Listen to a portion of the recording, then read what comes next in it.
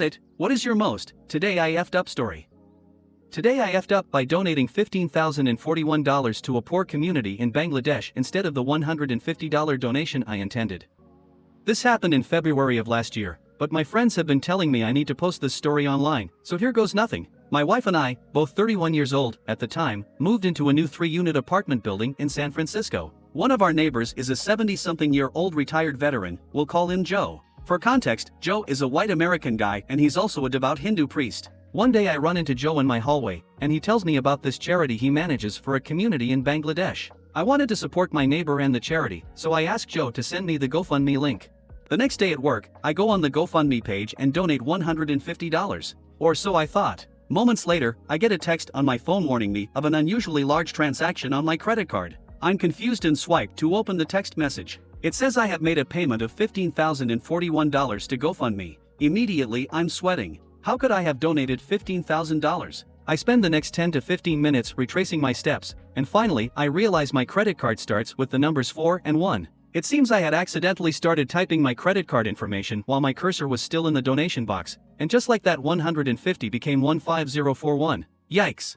I call GoFundMe's support line in a panic, and when I finally connect with a human I explain what happened. No need to worry, he tells me, they will initiate a refund of the transaction which should process in 3 to 7 business days. That's a huge relief. But then I ask the agent if the charity will be able to see the donation on the GoFundMe page until it is refunded. What do you mean? The agent asks me. What do you mean? What do I mean? Was my response. Will they be able to see the $15,041 donation? Unfortunately, yes, the agent tells me. They will be able to see it until the refund process is complete. I tell him that's a big problem, as the entire GoFundMe had hardly raised that much at that point. Surely they will notice their fundraiser doubling overnight? My plan was to knock on Joe's door the following morning to give him the full story, so that he could pass it along to his contacts in Bangladesh. But when I woke up the next morning, I looked at my phone and saw I had 40+ notifications on Facebook. Someone had sent me a friend request, had liked many of my old posts, and had sent me many messages. Immediately I was concerned when I saw that the individual messaging me had a Hindu name.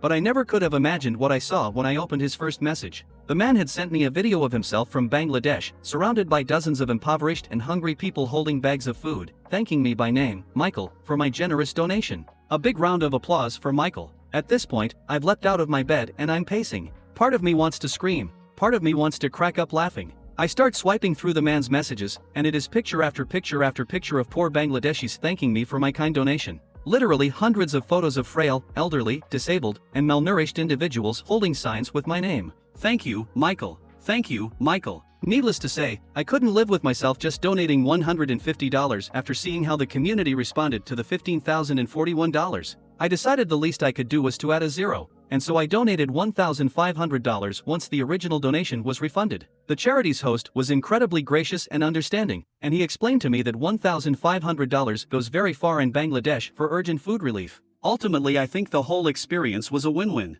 I helped a great cause, and I got a funny story out of it. Today I effed up by telling my entire college class what type of corn I watch. This didn't happen today, but actually a few months ago during my anthropology class. I was going to post the same day it happened but was still recovering from embarrassment. So, we get to the part of the semester where we're learning about human sexuality. At the beginning of the lecture the professor reminds us we're all adults and he doesn't want any immaturity or giggling during this lesson. For much of the lecture, the room is silent aside from students asking and answering questions. The professor talks about a lot of sex stuff and it's met with complete maturity. At one point the professor explains how a lot of sexual desires are social taboos. For example, he pulls up recent statistics from a popular porn website. Top 100 searches in the US. Transgender-related searches were at the top of the list. At the same time, transphobic bills and hate crimes are at an all-time high in the US. Before moving on to the next slide, the professor takes a quick glance at the list and noticed JOI somewhere in the middle. The professor says, "I just noticed this, what the heck is JOI?" And me, I love to answer questions first when I know them, so I immediately raise my hand and say jerk-off instructions, without thinking about how this would make me look. The silence finally breaks and the class busts out laughing. Thankfully the professor giggled a bit too and no one got into any trouble, plus he's chill. But safe to say, I was very embarrassed. Today I effed up by sending my mom a Snapchat of me climaxing. I'm absolutely mortified. LDR boyfriend, M25, and I, F24, were talking and I decided to send him some spicy content before I went to work. And I guess I have early onset blindness because I sent a video, with sound on, to my mom and boyfriend of me flicking the bean and squirting, just my whole kitty out. The worst part is I didn't realize she got it until she sent a message saying what the fuck. I checked our messages because I was confused and low, and behold, there the video was. I immediately deleted it and apologized. Luckily she was fairly understanding, but I am so embarrassed and honestly feel sick. I literally called my sisters crying and they all kinda cheered me up by laughing and saying it happens. The thing is, I still live with my parents, and once I'm out of work I have no idea how I'm going to face her in person. So I've decided to run away and join a nunnery because I can't deal with the embarrassment. Update, I came home and luckily she wasn't here, so I quickly ate dinner and sat in my room waiting. She came in a while later with my younger sister and immediately called me a dumbass while laughing. She unfortunately did see it at work and didn't know what she was looking at first before realizing that it was my cooter. We laughed about the situation and I apologized again. Thank you all for the laughs and even sharing your own stories. It's been a crazy day, lol. Today I effed up being willing to do anything to make my GF orgasm.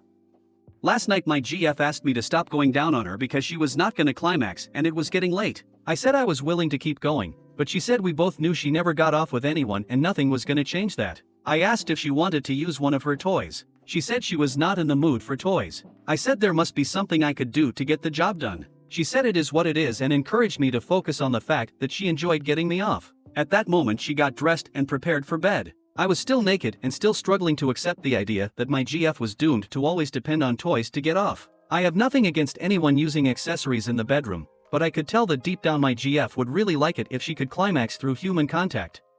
My GF eventually got tired of hearing me go on and on about trying new things and figuring out ways to get her off that she finally interrupted me and said there was something we could do that might work. She said I was not gonna like it though. I said I was willing to do anything if it meant getting her across the finish line. My GF said okay and opened her closet. She pulled out a hoodie and said her first BF had that on when he took her virginity. I asked why did she still have it. She shrugged and said she didn't know. I asked what did she want us to do with her ex's hoodie. She said I should put it on and let her get on top of me. As soon as I put it on, my GF became really dominant. She pushed me down and got on top. The animal inside of her came out. An animal I didn't even know existed. My GF didn't get off, but she milked every minute I had that hoodie on.